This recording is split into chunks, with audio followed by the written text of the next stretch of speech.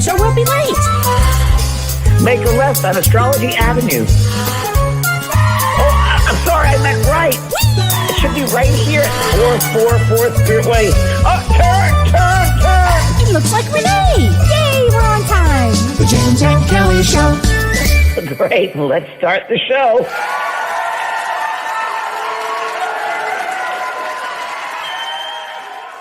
Hey, Kellee! How are you? Jeez. I'm here with three of my guides right over here. Oh my gosh. Okay, wait, let's introduce everybody. Should we introduce everybody? Yes. Dana, I want to tell everyone your name and what you do and how we met. Okay. I am Dana Crochier. I met James in Sedona, Arizona at the Illuminate Film Festival.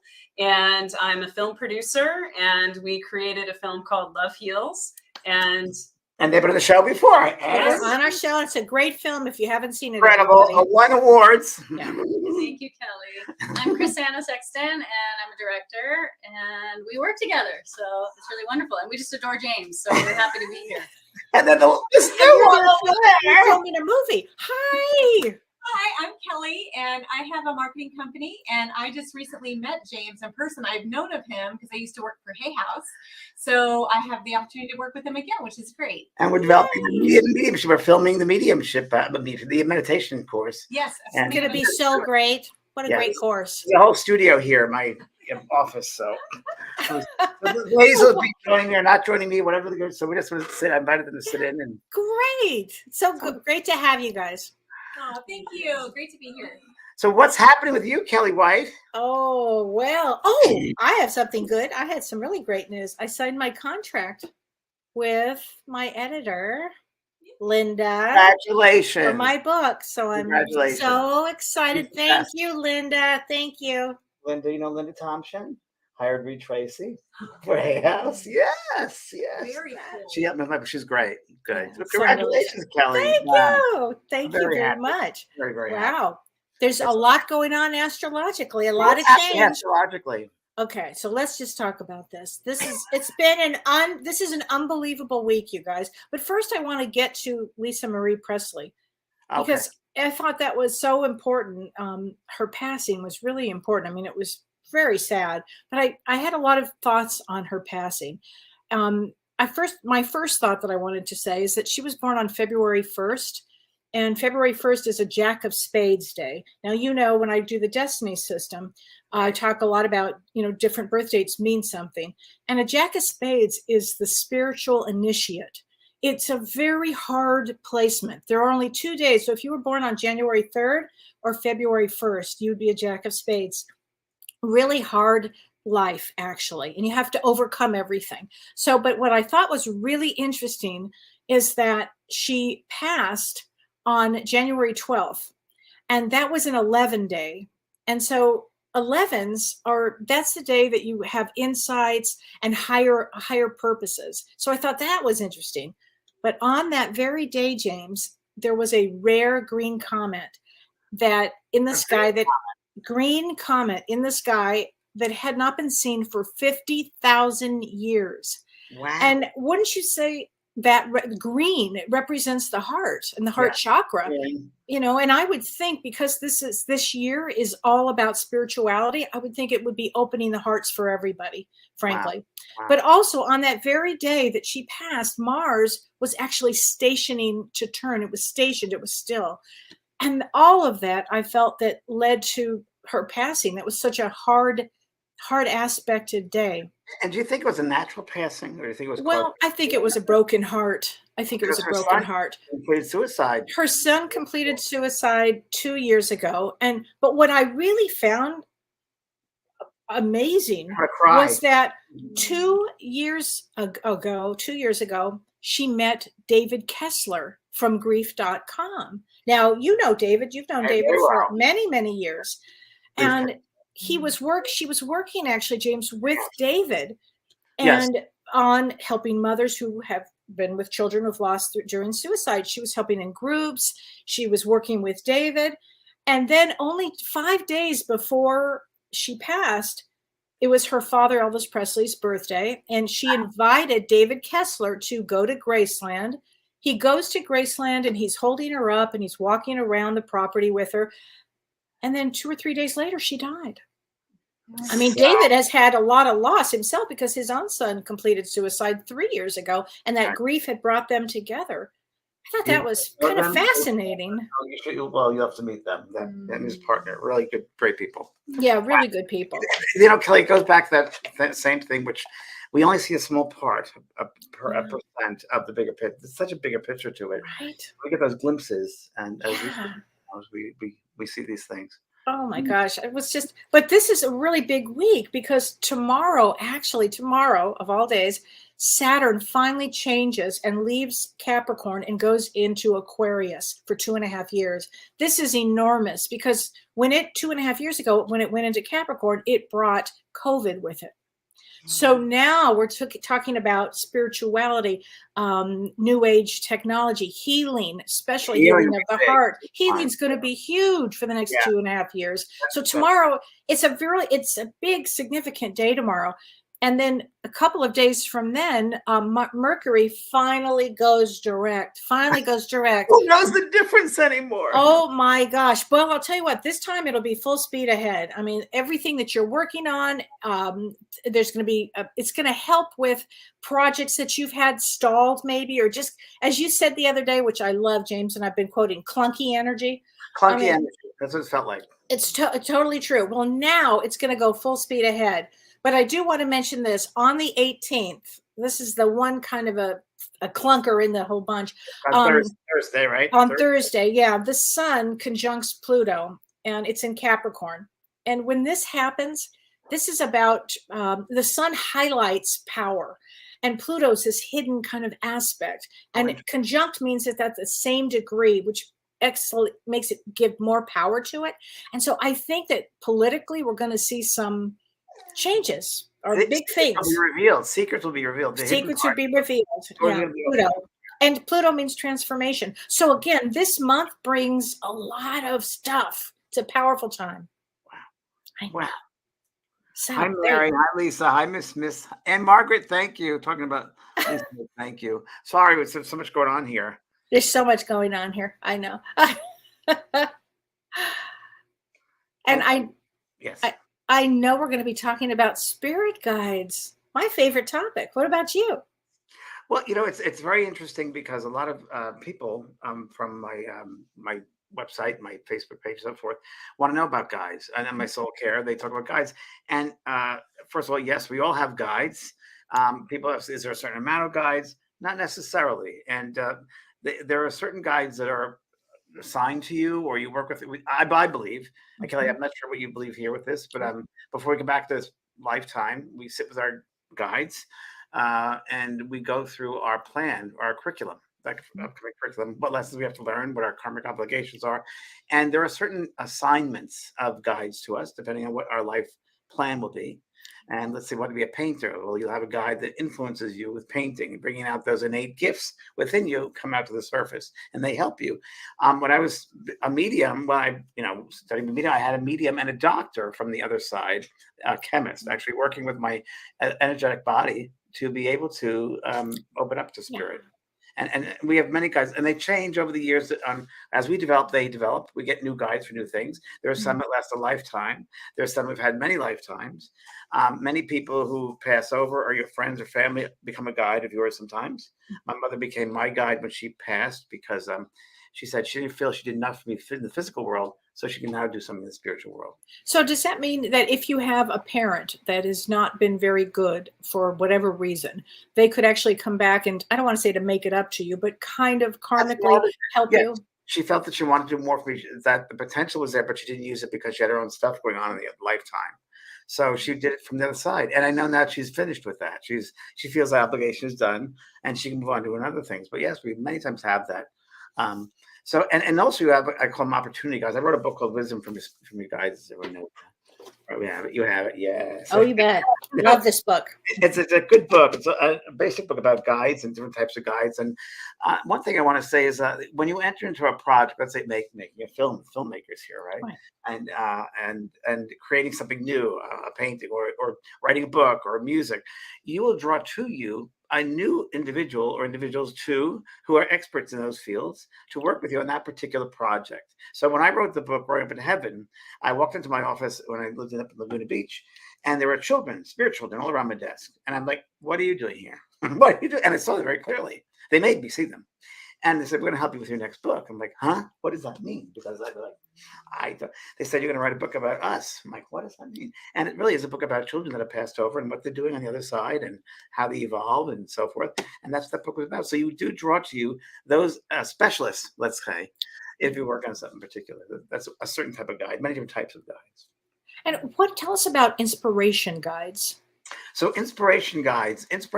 So inspiration means inspired. So it could be exactly the same thing. So they're inspiring you. So if you're writing, creating something, they will help you to follow through with that. They'll inspire you. Or philosophy guides. Philosophy guides come from the higher realms. And this is interesting to note also. So if you have, let's say, a philosophy guide who comes with beautiful philosophy, as White Eagle was presented through Grace Cook, the medium Grace Cook, and White Eagle's incredible wisdom comes through. So that philosophical guide will be on that level with her, but there's a guide for White Eagle on the other side as well, on another higher level, and then a higher level. And it's like a stairway going down. That inspirer inspires that inspirer, brings that inspirer. So the truth comes down that way. So that the denser vibrations, you see. And it's our job as mediums, I believe, to be able to open up and reach those higher levels as best as we can try to love through doing kindness and compassion and teaching it and living it and reaching those high and always trying to reach the higher levels of compassion and love. Always attempting. Well, I love that you talk about that our guides are here to teach us certain things and they have lessons. And I love this one. Never judge another. Never judge another. Never judge another, because you never know what their background is. You don't know what they've been through. And it's interesting enough that I've heard that guides, of course, they're doing their work like we're doing our work down here. They're also doing their work. So when they're finished with our project of working with us, they move on to another project or another mission they have to. And I wouldn't always say that guides are better than we are, because they're not necessarily. They're in a position to help you to be the best you can be. And we could just say that. Absolutely. An interesting thing too, which I found in my readings, is so fast. I'm sure you have too, Kellee. So amazing. I have one story I'm going to say in a second, but that there were some guides, very interesting, that I've done a lot of, as you have, kids that have passed over with overdoses, drug addicts, whatever, or fentanyl problems and all that. And I remember the person who came back, it was a gal or a guy, and 20-something-year-old, and they said, well, I'm working in Mother Earth. What are they doing over there? I said, well, they've been there 3 years. They're guiding another person who has this addiction problem on Earth, and they're trying to inspire them to move beyond that.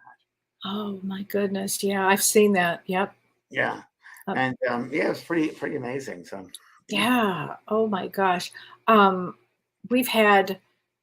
had a really interesting experience with my spirit guides, and I've shared this story before. But I read your book, Talking to Heaven, in 1997, and you say in the book, if you want to talk to your guides, talk to them every day and ask them, to show themselves to you, or ask them. Night, just say, please, I would like to see a guide. It might not have to be that night, but during the course of months, it might. Well, in my case, and I was a busy, professional, and the last thing I would have thought is that I would see my guides, but I actually every day said, guides, before I went to bed, I want to see you. I want to see you, guides. I want to talk to you, guides. I want to see you, guides.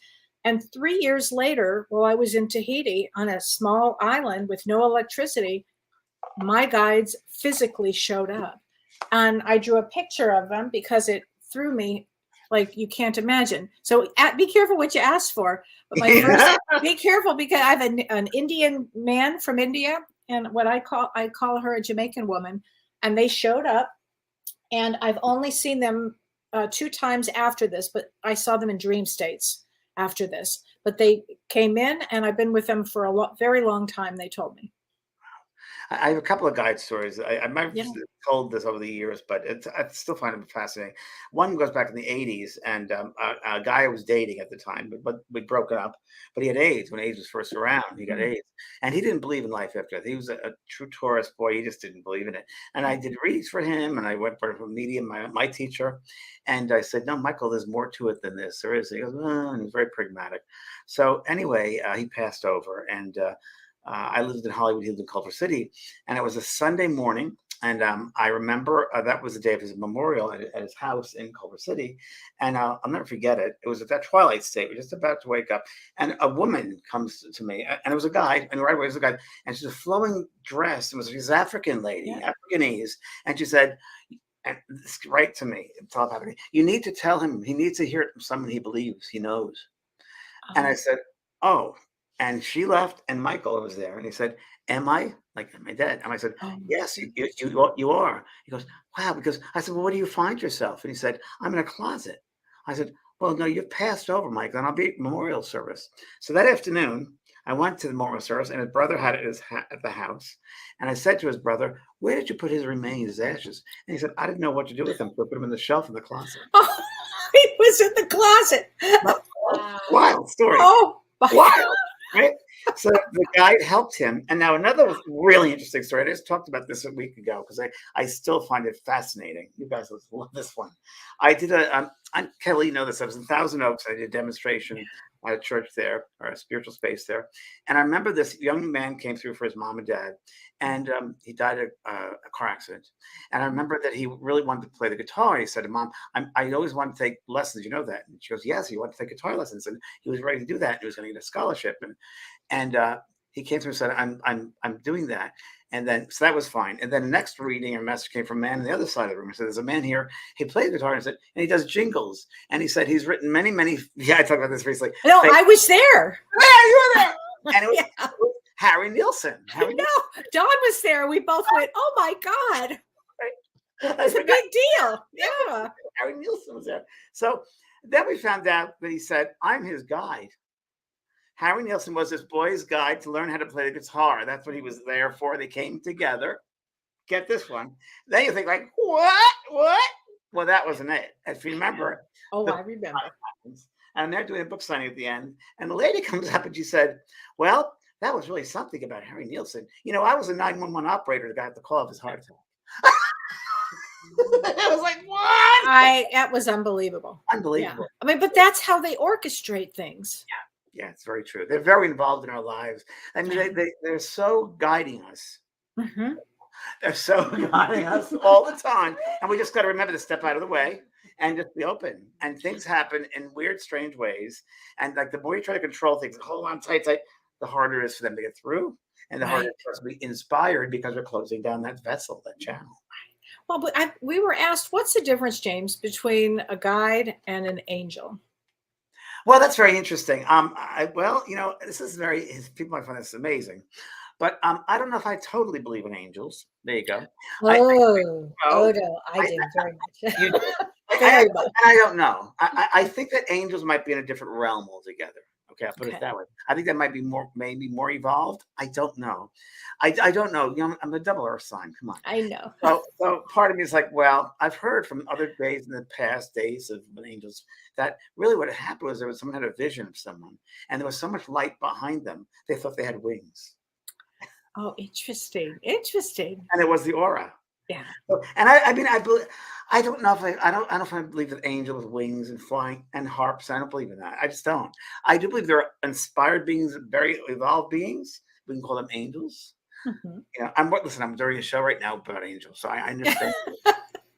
And I know. What can I say? I don't know what to say. Well, I always say this when I get asked that question. I always say that we don't have to agree on everything either. Kellee. No, absolutely That's why not. we do this, because we have to. Absolutely, but guides, from what I understand, from my experience, most guides have been on Earth before. They've had at least one lifetime here, so they understand the pitfalls of Earth and how difficult it is and how challenging it is. Yes. Where angels, I don't think that they haven't had physical lives here. They kind of come in and swoop out. Yeah, but they're also guides that have never been on the Earth. They're also that's true. The higher beings, for sure. The higher realms. So those for sure. I guess the labels don't really matter, right? It's more the work that matters and how they help us and assist us. So if with your angels, I always have, and this is just me generally speaking, and I always have a hard time, as I've done this work for many years, getting into, and my points of view have changed over the years, I know. totally. But when people place human traits onto things that aren't human, like, I need the name of my guide. I need the name of my guide. Well, it's more energetic. When you feel a certain energy, like if you tune yourself to an energy, you feel them. And later at the end, we'll do a little exercise with us. And you'd feel the difference in the energy. That's more the different frequencies is how I would really respond to their identification. I mean, It's funny you said that because I never really got a name from my guides ever. they Never did. It really is not important. give you feelings. It's not important. It's important for the human for the conceptualize it, but it's not for them. It's more energetic, and it's more important what they help you, assist you with, and how they merge with who you are. They're part of us, and I think they bring out those aspects of themselves, maybe that they've perfected, if we can, or evolved with, that they try to help us to evolve those other similar aspects. Yeah. And they're always guiding us. I mean, we're always looked after. We never walk alone. No. We never walk alone, and It's not possible. It's not possible. And it's so interesting because there's so many realms around us and levels and dimensions all around us as we sit here. It's all around us, and they're always around helping us. So people are asking, what's the best process to connect to your guides? You read the book Wisdom from Your Guides. Yeah, that's true. That's true. Understanding your guides. So, so there are many different ways, and I have a class on it in my school as well with your guides. But to me, again, I'm a real proponent, and this is my meditation course we're filming today, about sitting in the quiet, sitting in the silence, the stillness, and really becoming aware of that space. And with that space, you become aware, and again, with this exercise later, a little bit of this, where you become so aware of that surrounding, and that you ask a guide to come to you, and you become aware of the energy. So we'll do it later. It's a way of doing it, but that's one way. Another way you can do it, which is really lovely, I like to put myself in an alternate state of consciousness. So whether it's doing a breathing exercise, bringing up and relaxing and just surrendering. And then another way is you can have a pad and a pen and ask an inspirational guide to give you a message and automatic writing. I've done this in workshops and it's amazing what comes through. I was once thinking of doing a whole book of just the messages that people have gotten in workshops. Do it that way. That's a good way of doing it. That's a great way to do it. Yeah, it's a great way of doing it. You do it before bed or just when you wake up, be also another great time to do that. So have it all prepared when you go to sleep at night, have it next to your bed. When you wake up, the first thing you do is you reach for the pen and the pad and you ask them to come in and give you a message for the day. And that's when you could do that. You could also do this. I'm going to give you something. Oh, thank you. My guy just gave me something. This is what happens to me. I get crazy. Ladies, you know. I think that I've done something like this last time. What I would do is circle. So, right? So I put JDP, right? And then I'm going to do a line on top, on the bottom, here, just 4 right now. I'm going to put circles around them. There's no sacred way of doing this. Just making this stuff up. They give me this. Okay. There are 4 circles. And then in the morning, did I freeze? No. There you are. All right. So then 4 circles. And then in the morning, what you're going to do is ask them, who are you? And let them fill in the circles, the different guides. And then see an inspirer, a healer and guide, and see what they do and do it that way. Oh, God, I love that. Isn't that great? That works. That does work. Yeah. You know, it's really interesting too. I mean, one of the things that I learned along the way here is, I'll never forget, my husband asked me years ago, he said, what's the name of my guide? And I said, I don't know. Why don't you ask him? So he went to bed and he wakes up about 6 in the morning. And he said, oh my God, he told me his name. And I said, what's his name? He said, Nathan. And he's a Native American and he's huge. He told me his name. So I said, Nathan? He said, yeah. Well, the weirdest thing happened after that. About a week later, our friend Sue, remember our friend Sue? How can I forget Sue? She was having a Reiki session. And she said, out of the blue, she called me and she said, oh, I had the wildest day today. I said, how'd it go? She said, well, I had a Reiki session and my guide came through. And guess what, Kelly? He's a big Native American and his name is Nathan. I said, are you effing kidding me? How's that possible? So I said that to Don. Don goes, I don't want to share my guide, but the thing is, but guides can work with other people, right? Oh, of course. It may not just be one guide, or it might be other people. It's like a teacher, right? Many students, same thing. And maybe is it possible, James, that a guide could watch over a group of people? A soul group. A soul group. Soul group. You betcha. So, do you think families have guides? I think families have guides. I think friends have guides. I think our soul group that we live with, we have our guides of that soul group. No doubt about it. And we have individual guides for us as well. Right. Guides, soul group guides. We do. Well, then let me ask you this: if we have individual guides and then we have our family guides, and the family members are not getting along, do you think that they somehow influence us to maybe make amends or say I'm sorry? Or 100%. Oh, I've done in readings. I've had them come through and talk about that. I've been trying to get through, and I'm sorry I did this, and I'm trying to make you the family connect again. So sorry I left the family a mess. I shouldn't have done this. I'm trying to connect you all. And I've done it right here on Zoom calls when I've done readings where they said, you know, your mother said you're not talking to your sister, and no, I'm not. She wants you to write a card to her. And she said, please heal it. She said, one of the most important things to do while you're on this earth is to forgive. Is to forgive and see the bigger picture, because it's a much bigger picture. And so that's a lesson that the guides are trying to teach us. Very much so. Yeah. Absolutely. Here's a question. Vicki Nason asks, I don't understand the whole we planned our life ahead of time or our destination. I just don't get it. Why would anybody say we've done a show on that? We have. She says, why would anyone say yes to a life of despair, grief, and heartache? And she goes into her husband passed away. Go ahead, Kelly. You answer that first. Well, I mean, I think that you're a very old soul, Vicki. I think you're a very old soul, a soul that is learning something really important, because I think grief is part of life, and you'll probably help many people who've lost spouses.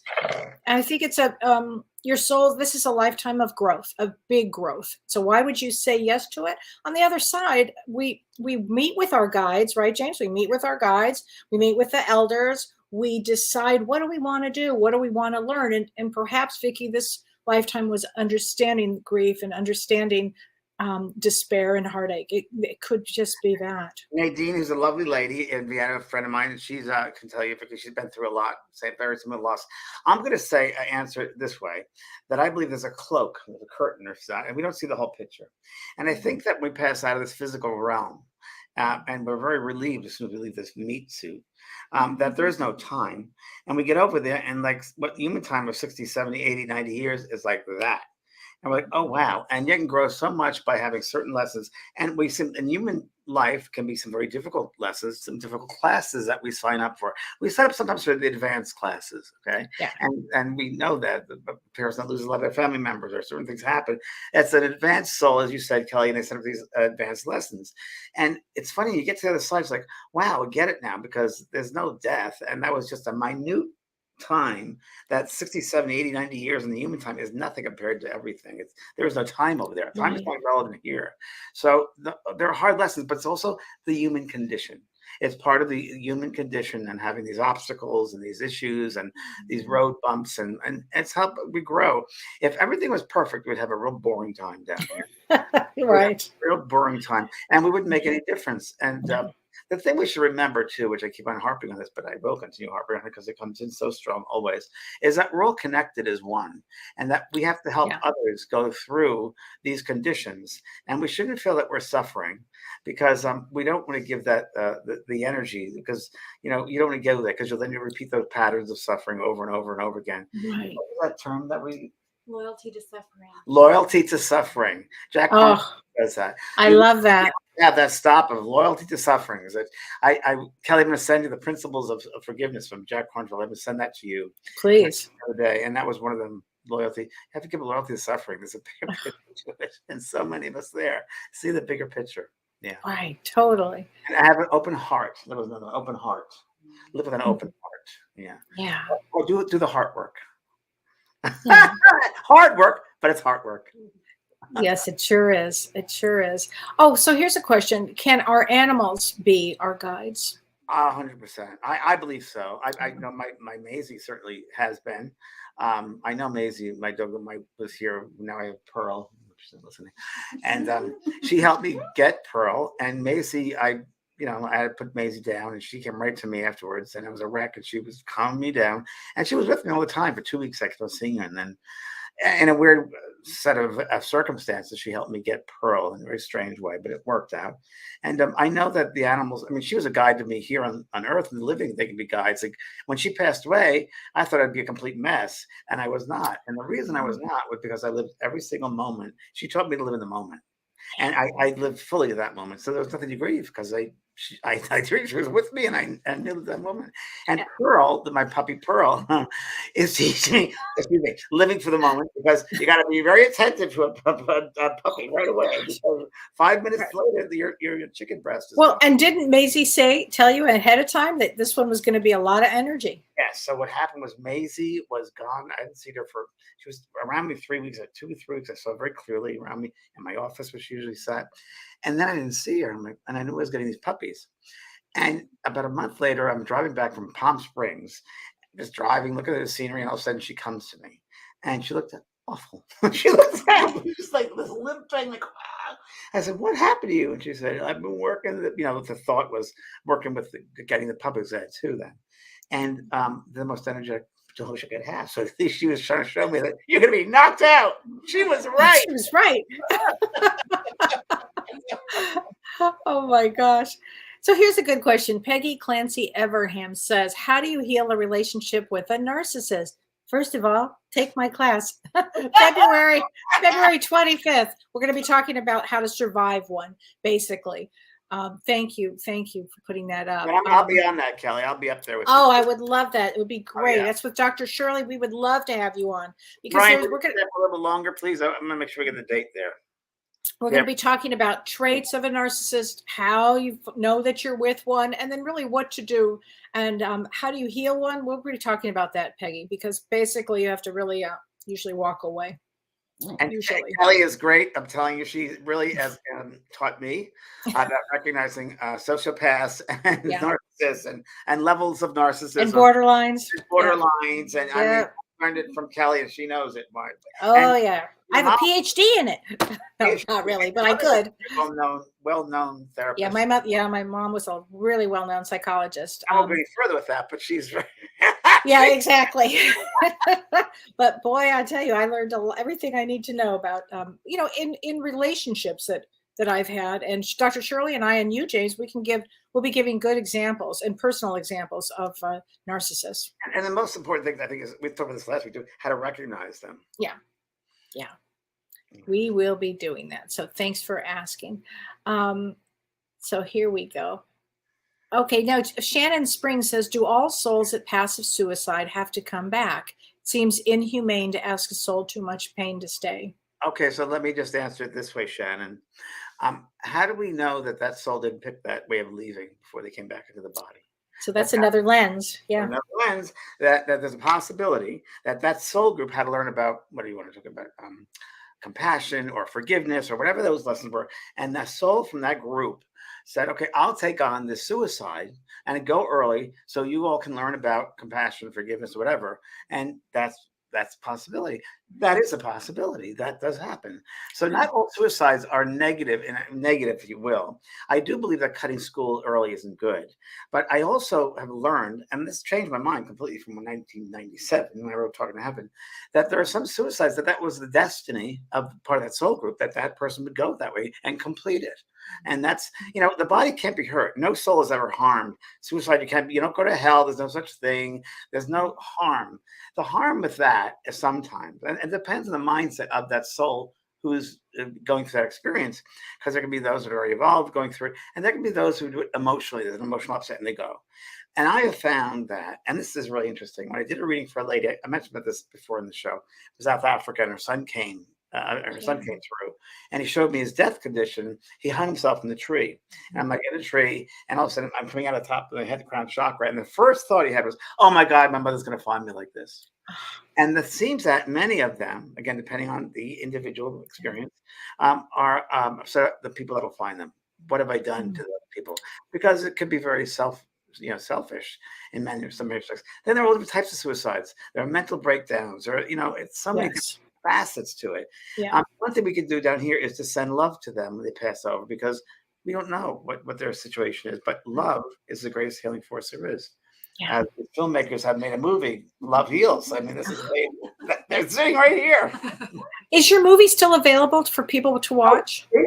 I'm glad you asked, ladies.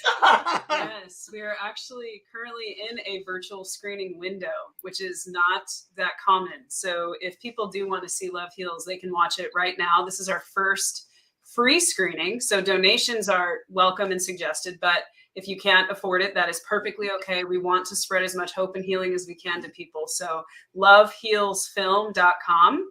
We have the screening going now until Thursday. It was supposed to end last night, but we have because of you guys, they kept it open. We did. We want to make sure that we can spread more to your communities and help more people. So I love the movie. I talked to everybody about it. I just loved it. Amazing. Thank you. I thought it was just terrific. You're just hanging out this weekend with Anita Murjani.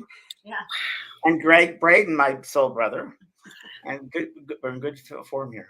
Wow, really good form. So Renee Hounsel has a question. Do our guides work with our higher self, and then does it filter down to our soul here? Great question. Oh, She's an advanced soul. She's an advanced soul. She has a lovely question. I agree with that 100%. I totally agree with that. I know I told this story, I think today, someone about ayahuasca or yesterday, about how my higher self, and it was influencing me, the lower self, by when I took ayahuasca tea and said, this is your initiation. That was 20 years ago. And it was me with blue eyes and a mustache. Now it might have shown, and with a turban, and it might have just presented itself that way so I could know it was part of me, but I knew it was my higher self, and it was feeding to the lower self. And I do believe that. I believe our higher selves feed into the lower self. I do believe there are all different levels of that light coming down to the filters down, without a doubt. There's a Kellee, that wonderful show, that movie that we were talking about with Jonah Hill, with the Stutz on Netflix. Yes. Oh my God! So I said this to everybody. I said that Phil Stutz was so incredible as he's giving tools to Jonah, right? So he's talking, sharing this for him tools, and I said to myself, this guy is just so evolved in the way he presents the words. That was simple, because true wisdom is just simple and it's to the point.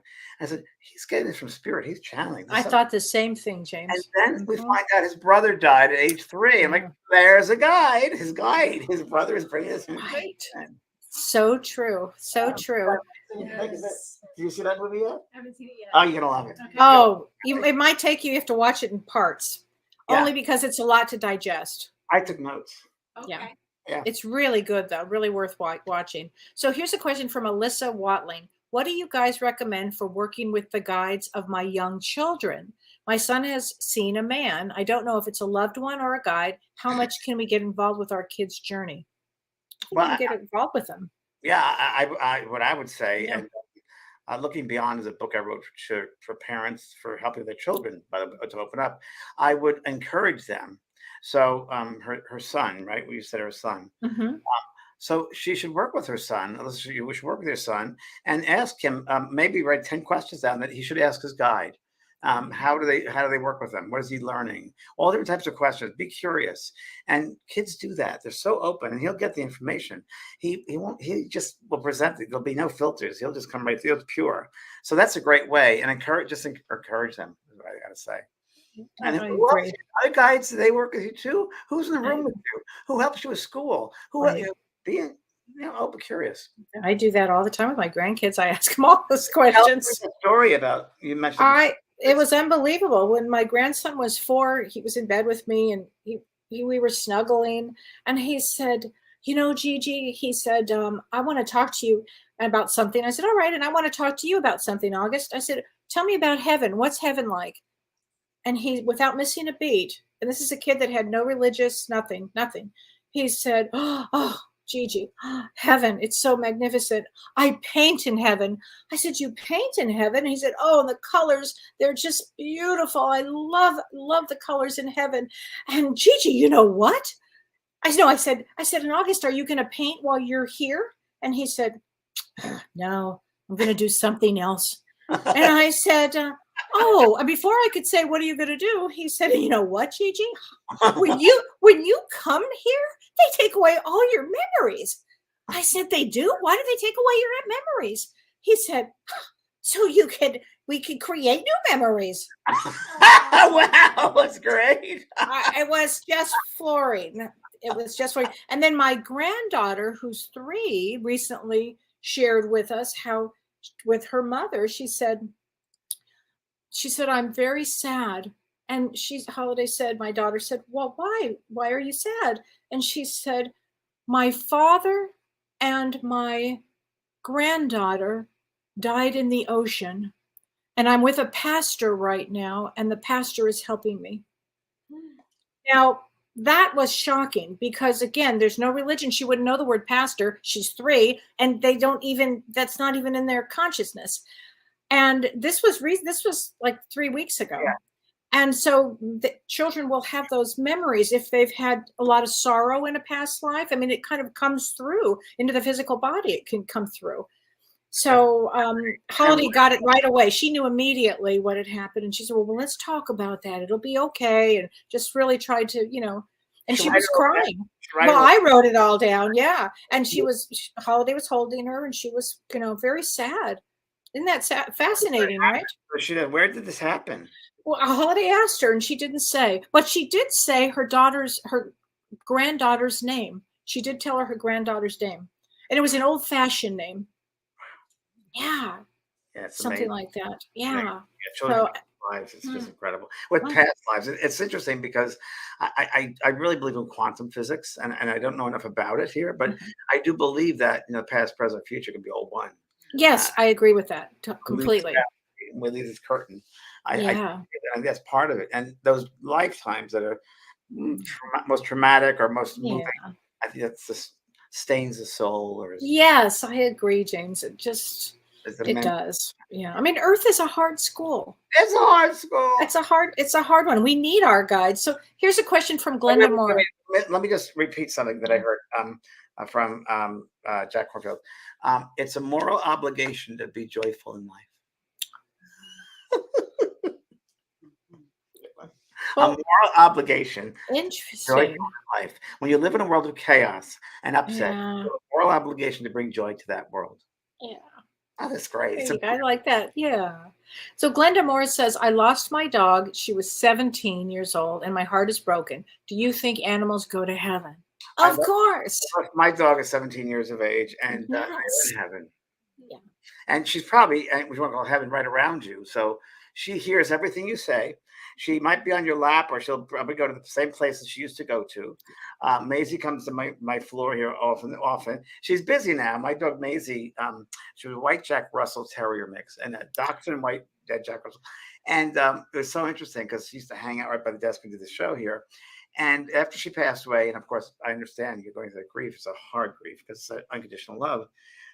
My friend Jordy in Ohio said, "Yeah, well, Maisie's been around. Maisie's been busy." I said, "You think so?" She goes, "Oh, I know so." I said, "Yeah, I haven't seen her in a couple of weeks." And she goes, "Oh no, a girl here in Lima, Ohio, was in a coma at 4 years of age, and she woke up. They got her out of the coma. She came out and said, oh, how'd you do?" She goes, "Oh, this lovely white and black dog named AZ helped me."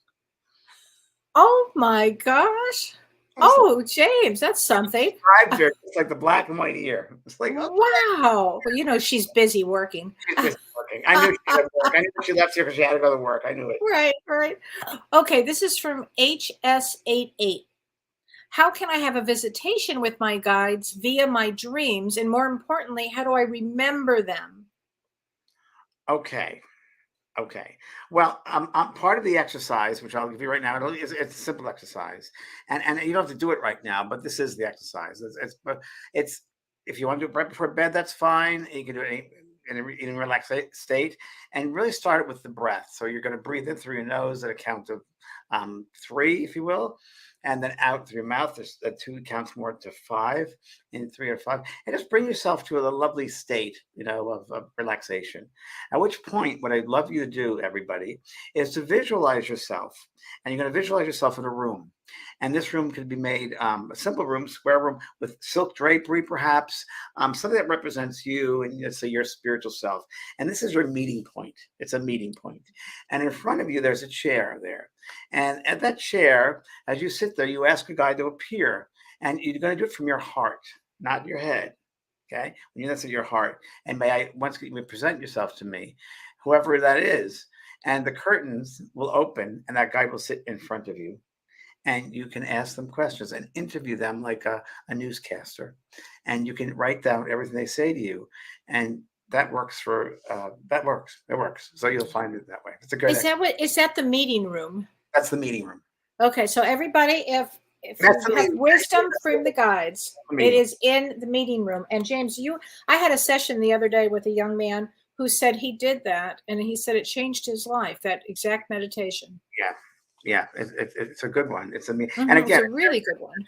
and your intention is your compass, right?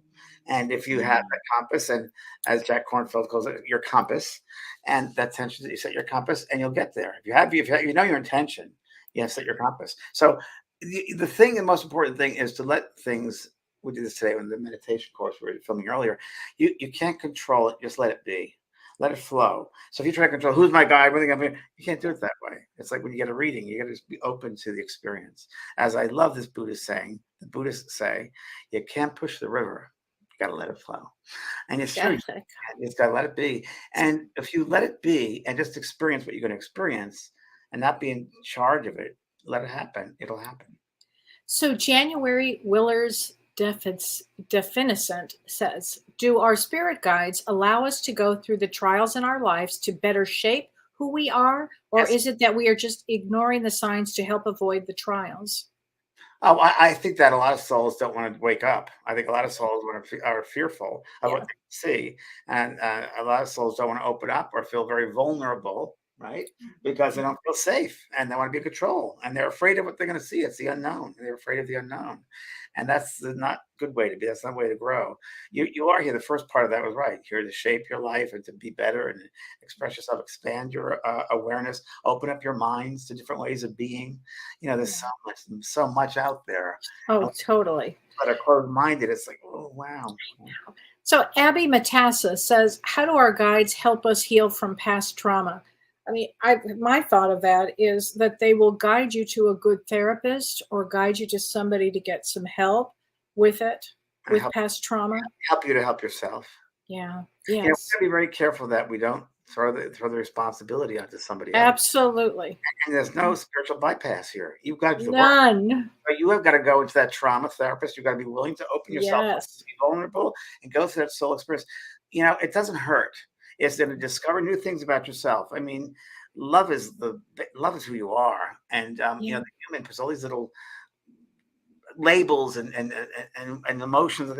You're just love, but we just want to. I don't know. We just want to be victims. We just want to suffer. What's that saying again, Kelly? Loyalty to your suffering. Loyalty to your suffering. So true. It becomes a thing. It really right. It does. It does. Live that way. That you're not living. You're not living your full life that way. You're living in as like Artoli says, the pain body, and the pain body becomes real, and then you get the victimization. Because we've got to be willing down here to grow and to take chances and jump in when you don't know what's going to happen. I mean, I said this before, and I'll say it again. I quit a corporate job with a lot of money, a lot of management skills and insurance, and the whole thing, to mediumship where I didn't know a person, a soul, how I was going to get paid. And Spirit said, we'll take care of you. If your intention is there, we will take care of you. And it was. And here we are. So we all have that opportunity to jump in. And sometimes we just got to realize we're going to be just fine. Yes. We're made it thus far. And you're not doing wrong. And sometimes the unknown is the most fun thing you can find. It's like, wow, let's see what's going to happen. The art of discovery. Oh, this is going to be interesting. Ooh, it's going to be fun. And it is. And it's a real circus. It's a real Ferris wheel. It's a real ups and downs all around. That's the human condition. That's the human school. The ups and downs all around. That's part of it. And how we handle those circumstances is part of it. And not to blame others or judge others, but take responsibility for our choices that we make. And we'll replace ourselves. So true. Right? So Julie Munsterman says, is it common to have a saint as your guide? Could you tell me why a martyred saint might be my guide? What do you think, Kelly? Well, I did not grow up Catholic. However, I have, when I've done readings, felt certain saints that I know nothing about around somebody. So do they take on a whole group and groups and groups and groups of people? Probably. Yeah, I grew up Catholic, and I read a book of saints. And throughout my life, I loved Joan of Arc. Me too, James. We've never had that conversation. Me too. Joan of Arc is my gal, and Me too. I mean, I lived maybe then, but I knew her when I was reading this book on her life. Like, that didn't happen that way, and this happened this way, and I really related. I could resonate with her. So whether I lived there, I do. Now saints, I don't know. We again with saints, it's the human being putting that on someone else. So it's like, so that to me, it's like celebrities, right? So we place all this stuff on celebrities, like Elvis Presley or whoever, and they're not that way. Like Marilyn Monroe's come through me and reading. She said, I wish the Earth people, would pay homage to themselves instead of us. I'm not that, but they place on us, and we know that they're just souls.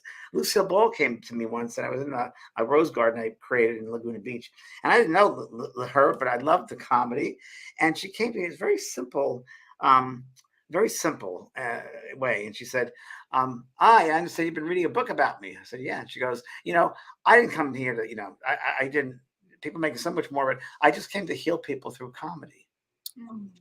Oh. I did do a reading for Audrey Meadows. And I helped Audrey Meadows write a book about the honeymooners. And she was a regular client of mine, Audrey. Wow. Audrey passed. And it was fabulous. And I had some great experiences with Audrey. And since she passed on the side, she came back to me in a dream. And she, it was really interesting. It was a very interesting time. A dream where there was a dais and on the stage, and there was a theater, and I was in the back row, and they were honoring her. And this is probably a year after she passed, 2 years after she passed. And she stood up, and she was thanking everybody, and she looked right at me, and she thanked me that way. I thought, wow, that's pretty interesting. Isn't that something? Yeah, she was great. Yeah. She was a very evolved being too down here. I told her, I said, you're gonna have cancer. Your lungs are filling up. And she goes, yeah, I understand that. She goes, but that's all right, James. I want to be with Bob. I said, okay. I said, but she goes, will you be with me when I'm passing? I said, I'll try to. And to make a long story short, I went. A friend of mine said, did you know that Audrey's in the hospital? I hadn't talked to her for several months. And I said, really? Cedar Sinai in LA. Did I ever tell you the story, Kellee? No, tell me. Great story. It's a good one. It's in the, I don't know if it's in a book or not. Anyway, it was right before Talking to Heaven. I was going to go to New York to try to sell Talking to Heaven back in 1997. And it was February, very cold. So I went to Cedar Sinai. I lived several blocks from there. And I walked around the information desk and I said, can I see Audrey 6th? What's her room? And they said, oh, we don't have anyone like that here. And I'm thinking, oh, of course, she's a celebrity, whatever, in Hollywood. And as if in a trance, a guide probably guided me to the elevator across the street. I pressed floor number 6. I went up, walked to the right, around, down to the end of that hallway, and there was a nurse's station. And I said, is Audrey 6 here? And they said, who? I said, Audrey 6, is this a cancer ward? They go, yeah, well, yeah. No, the cancer ward is upstairs, 7th floor. I said, oh, there's Audrey 6. Okay. And I walked down to go back to the elevator, and I heard the nurse say, wait a minute, come back here. That's a strange name. Let me look. Oh, she's a 601 right here. Okay. So, right. So I go in, and it's a Filipino nurse. And she made sure that she goes, who are you? And I said, I'm her spiritual counselor. And she needs to speak with me. She goes, 5 minutes. So Audrey's in a coma, and you head to the side, and I sat next to her. I held her hand, and they hear. Yeah, absolutely. I said, Audrey, it's James in Prague. You remember me, Audrey? And the time has come. And Bob is here, and Jack is here, and Mom and Dad. And I said, it's so great that you're going to go home now, and you enjoy every part of it. And that was it. And I cried, and I got up and left, and the nurse came in and said, thank you. I turned around. Audrey was smiling. Okay? Audrey smiling. Oh, my gosh. Go to at night to sell Talking to Heaven. I get it to JFK. It's like, I don't know, 14 degrees. It's freezing. I get in a taxi cab, and WINS News comes on. And I hear, honeymooner Audrey Meadows passed away last night. I'm like, and I'm tired because of the red eye. So I get to a hotel in Midtown Manhattan, and it was 6 o'clock, 7 o'clock in the morning, and it's freezing. I go in, and there's a lobby, and there's a homeless person who walks right up to me and said, shame about the honeymooner lady, isn't it? Gets better. I went to the bed to sleep for a couple hours before my first meeting at a publisher up on 6th Avenue. And I was a little bit late. I got up at 9:30, it means 10 o'clock. It was icy and snowy. And I'm running down 6th Avenue. And I get to a red light, and I look around, and they had a statue of Jackie Gleason in the window. Oh. And that was, and I sold Talking to Heaven that day to a publisher. Oh, my goodness. Do you think she helped you? I don't know if she did or not. I think the spirit world is planning on this many, many years. Yeah. Before it started, but it was just validation. Totally. And it was a thank you. I think again, there is no such thing as time, but there's an appreciation, and I've had it from my friends that have passed over, my spiritual friends who were blown away, including Mavis Patilla, who passed over, who's done this work, and they come and say, "There's such gratitude." On the other side, there's such gracefulness and gratitude, and there's an awe-inspiring experience, where they described it, and I believe there has to be, and they would never come back here in a second. That over. I'm sure you have. No, done. They're done, and then we prepare for future lifetimes. Right. Not just in this school, but there are other schools, other galaxies, millions of star systems out there. Right. Oh yeah, we talk about that a lot. So here's a good question. Maria Carp Diem says, "Do we become a spirit guide at some point?" Whether we're on the physical earth here, like we are spirit guides, all of us are, right? I think we are, and so I think your life experience. I'm sure I think so. They're walking guides among us. Yeah, they're walking. Oh, absolutely. And also, we may be working here to become a guide once. In my book, Earth Guides, you meet people in your life on Earth who help you in your way. Connie Leaf, my very first book talk that I have is dedicated to her. She was kind of my adopted mom, and she believed in me. She taught me about believing in myself, and she said, "You're a very special person." This was I was 7 years old, and she took me under her wing and just guided me. And if it wasn't for her, I wouldn't be here today because she really believed in me. Yeah, so we all have those Earth Guides that push us a little bit or help us a little bit here and there that I think are meant to be on our path. That's part of a destiny point we have. Oh, absolutely, James. So tell us, James, I know you have a life coaching certification course. I have a life coaching certification course. Registration is open now. It's a very, very popular course and helps people in life with tools and ways of dealing with certain situations. And it's a very in-depth course, and it's open now for registration. It's only open at certain times. Like 2 years ago was the only time, because it's a really intense course. So that is on vanpark.com, School of Mystical Arts. That's open right now. It's an incredible course, and you can read about it if you'd like to on school. And then the other thing I have going on is, Kelly, you know this. I'm going to Alaska.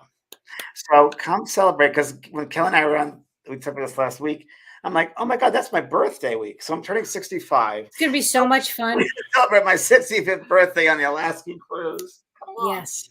And oh my gosh. Party on the ship. So you'll film it. And these ladies might be doing the documentary of my life. Oh, how fabulous! Cruise, actually. oh my gosh, that would be so much fun. It's going to be, in fact, and next week we have a guest coming on our show next week, which is amazing. I can't wait to see. Her name is Christine Kistelou, and she's amazing, and she's an expert on all things cruising and Alaska cruises, and knows our ship inside and out.